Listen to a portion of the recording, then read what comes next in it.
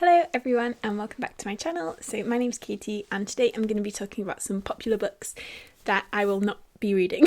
These are just books that I have no interest in reading for one reason or another.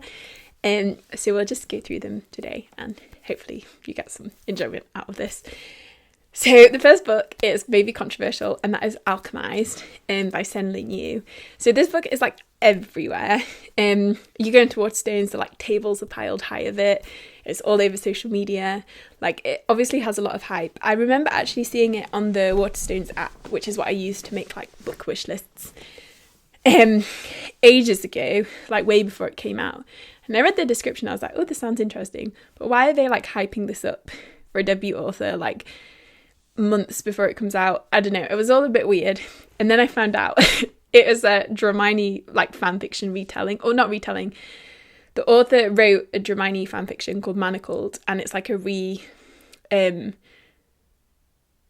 the traditionally published version of that with like all the characters' names having been changed and like slightly different set, blah blah blah. So that put me off it big time, because I just don't have any interest in Harry Potter or Dramione fanfiction or like J.K. Rowling in general. She's very problematic. I don't think we should be supporting her in any way. I think Draco and Hermione is like a very dodgy relationship vibe. And from what I've heard about Alchemized, I think it's very, very dark. And I don't know that I would enjoy that level of darkness. And I haven't heard that it has humour to like balance it. Like I quite enjoy, say, Joe Abercrombie's books where they're dark but they're quite humorously dark. So I quite like that, but I don't like books that are just like absolutely grim. So I don't think I would enjoy that element of it. I don't think I would enjoy the romance.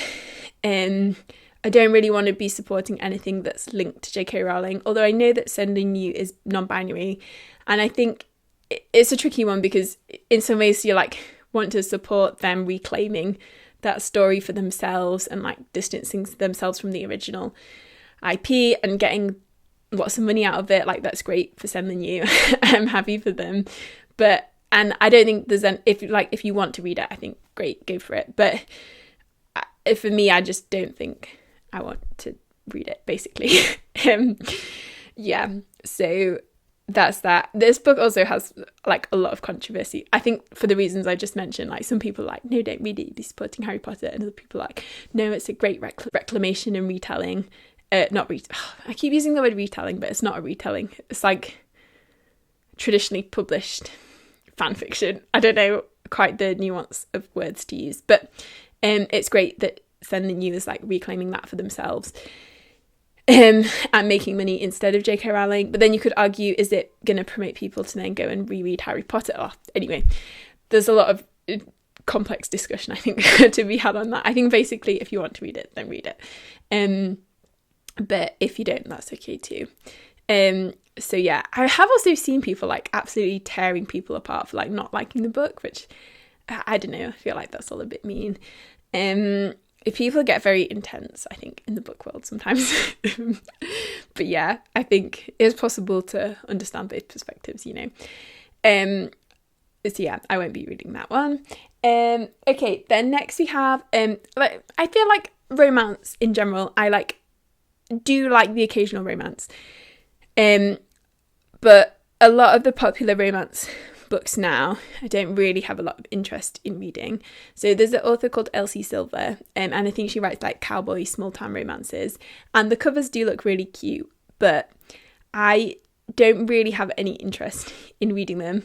I think they're probably a bit too heterosexual for me, and also just the like speed that lady pops out boys. I don't know how complex they are. If someone's read them, and like I tend to like romance books where they like exploring deeper themes than just the romance. So say like an element of grief, or like a character coming to terms with who they are, or like having a character journey for themselves as well as the romance. That's kind of what I tend to enjoy. And I have actually heard that Emily Henry books are like that, so I might read her books one day. I think my mum owns a couple, so I might read those. But yeah, the Elsie Silver ones I think just don't quite appeal to me. And I don't know about the cowboy thing. Like, I think maybe if you're American you would like that, but it's not really a thing here. So yeah, have never really appealed to me. So yeah, I won't be reading those. But no hate to anyone who likes them, because I can see why you would like them if you like romance. And also the newer Ali Hazelwood books. I feel like I really enjoyed her first few books, like The Love on the Brain, and I can't remember the name of the other ones, but those. But then like there was a book called Deep End, which I've not read, but I actually have no interest in reading, because even though I am a swimmer and I love swimming, I swim like 3 times a week. I used to do triathlon, like, so swimming is like a big passion of mine, but the book is like based on a swimmer and a diver, I think. But I've heard like very controversial things about this. Well, not controversial, like mixed opinions on this book. And hearing the premise of the plot just does not appeal to me in any way. I think basically it's this, the female main character's best friend breaks up with her boyfriend and then says, oh, you should get with him. So the main character's best friend's ex-boyfriend, the best friend tells the main character to get with her ex-boyfriend, which is like a bit strange. And I feel like kind of breaking girl code a little bit. And just, yeah, I don't think the main character, I mean, I've not read the book, but I don't think the main character should have agreed to that scheme. And yeah, then it just all sounds a bit weird. So yeah, I don't really have any interest in that one. The other Ali Hazelwood books I don't think I have interest in reading is The Bride and Mate. So this is like, I think it's like fantasy romance kind of. I don't know how big the fantastical elements are in this series. I think it's mainly romance. I think the first book is between a vampire and a werewolf, and it's like an arranged marriage where the female vampire main character gets like sold by her father to the werewolf pack. I don't know, this is sounding like a One Direction fan fiction. I never read those, but I feel like there were so many memes about them where it's like your mum sells you to One Direction. Oh, anyway. I don't have any interest really in reading those. Although one of my best friends has read them and she said it's a great, like, easy, fun read to just like blast through. But I don't know, I feel like there's much better paranormal romance out there. So we'll see. Maybe I've fallen out of love with Ali Hazelwood, but we'll see what she comes out with in the future, whether I have any interest in reading that. Okay, then the next one. This is kind of a petty reason to not want to read this book. I think in general, I don't have a lot of interest in the like current romantasy books that are coming out, with the exception of a few. I think I don't hate romantasy generally. I think old-fashioned romantasy I actually really love. Like there's a book called Radiance by Grace Draven. Like that series is god tier. Like some of the older books I love. I did actually love Fourth Wing as well. But I think there's now this trend of, I've heard it referred to as like fast fashion romantasy, where the publishers are just pumping out books that are like carbon copies of one another. They don't have any depth to them. They're just all like badly written, badly edited. Like none of those I have any interest in really. Yeah, but I feel like the classic romantasy I do actually love. But yeah, not the newer ones. But there is one that I feel like is quite popular, so it must be kind of well written. And that is the one, Quicksilver, I think is the first one, by Callie Hart. And the reason I will not read this is because the main character, or the male main character, is called Kingfisher. And like, I'm sorry, I cannot take that seriously at all. Like, especially, I assume this book is going to be a bit spicy. Like, you can't imagine a spicy scene where, like, what are they gonna, maybe King, even that's a bit weird. Like, yeah, I don't know, it just, that's weird to me. Like, I wouldn't be able to read that and get over the name, I don't think. So therefore I will not be reading that series. Yeah, but if you read it and enjoyed it and can get over the name, then power to you. But yeah, I don't think it's for me. Normally I would not ever really be put off books by character names. The only time I think I read a book once where one of the characters was called like Melina, but spelled differently from the medical Melina, but I just could not get over that. Yeah, that was the only other time where I've been like, oh, no.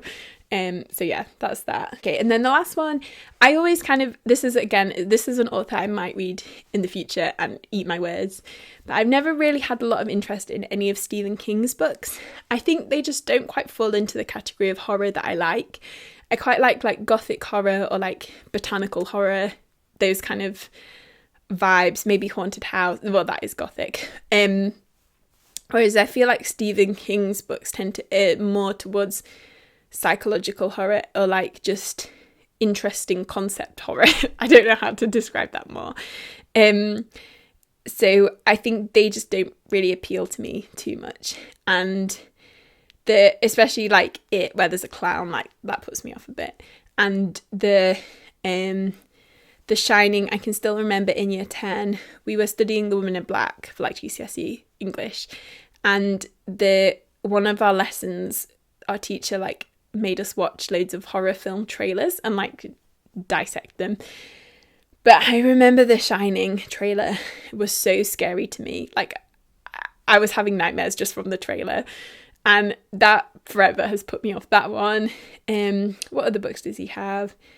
I think he has some less horror, more like thrillery books. Like I know there's one with the date J.K. Rowling, JFK was assassinated. It's like 11/2/62 or something. That one like maybe would be interesting. There's one called Firestarter maybe. So I think he does have a big range of books, but none of them quite appeal to me. So I think he will be an author that I will not be reading anytime soon. So yeah, that's the video. Let me know in the comments if there's any popular books you have no interest in reading. I would love to know. And yeah, I hope you enjoyed the video. Please give it a like if you enjoyed. And yeah, I hope you're having a great day, and I will see you next time.